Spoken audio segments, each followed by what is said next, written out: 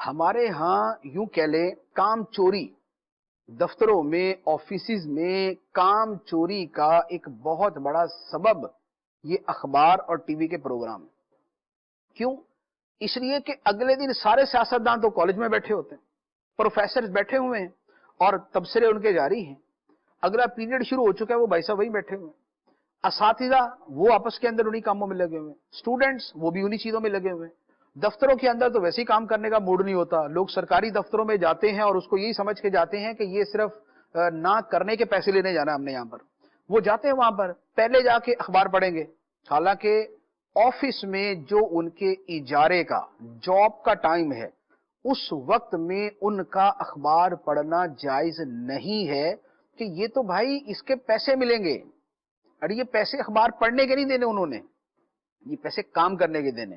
لیکن یہ 1 گھنٹہ اخبار پڑھیں گے، 1 گھنٹے کے بعد پھر اس اخبار کے اوپر تبصرہ کریں گے، پھر اس کے بعد جو ان کا ٹی ٹائم یا لنچ ٹائم ہوگا اس کے اندر اس پہ تبصرہ کریں گے، ظہر کے بعد ویسے ہی تھک جائیں گے۔ اب اگر کوئی کام کے لیے آئے گا تو بولیں گے نہیں یار صبح سے کام کر کے تھک گئے۔ صبح سے کیا کام کیا؟ اخبار پڑھی ہے۔ اور کام کیا کیا؟ اس پہ تبصرہ کیا۔ اور کیا کام کیا؟ چائے پی ہے۔ اس کے بعد کیا کیا؟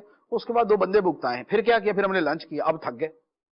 تو ہمارے ملک کے اندر یعنی ستیہ ناش جو آفیسز کا، سرکاری دفتروں کا خاص طور پہ ہے، اور اب تو پرائیویٹ کے اندر بھی اسی طرح کی صورتحال ہوتی جا رہی ہے کہ جو کام کرنے والا بندہ ہے نہ کرنے والے اس کو پریشان کرتے کہ تو زیادہ نہ کر، تیری وجہ سے ہم بھی پھنس جائیں گے۔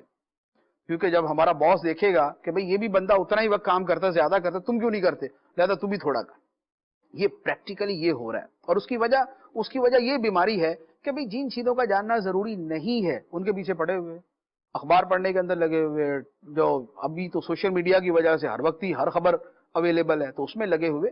تو لہذا ان چیزوں کے اندر نہ پڑا جائے، یہ اپنے دماغ کو خام خواہ جو ہے نا کچرا خانہ بنانے والا جو ہے نا وہ کام ہو جاتا ہے۔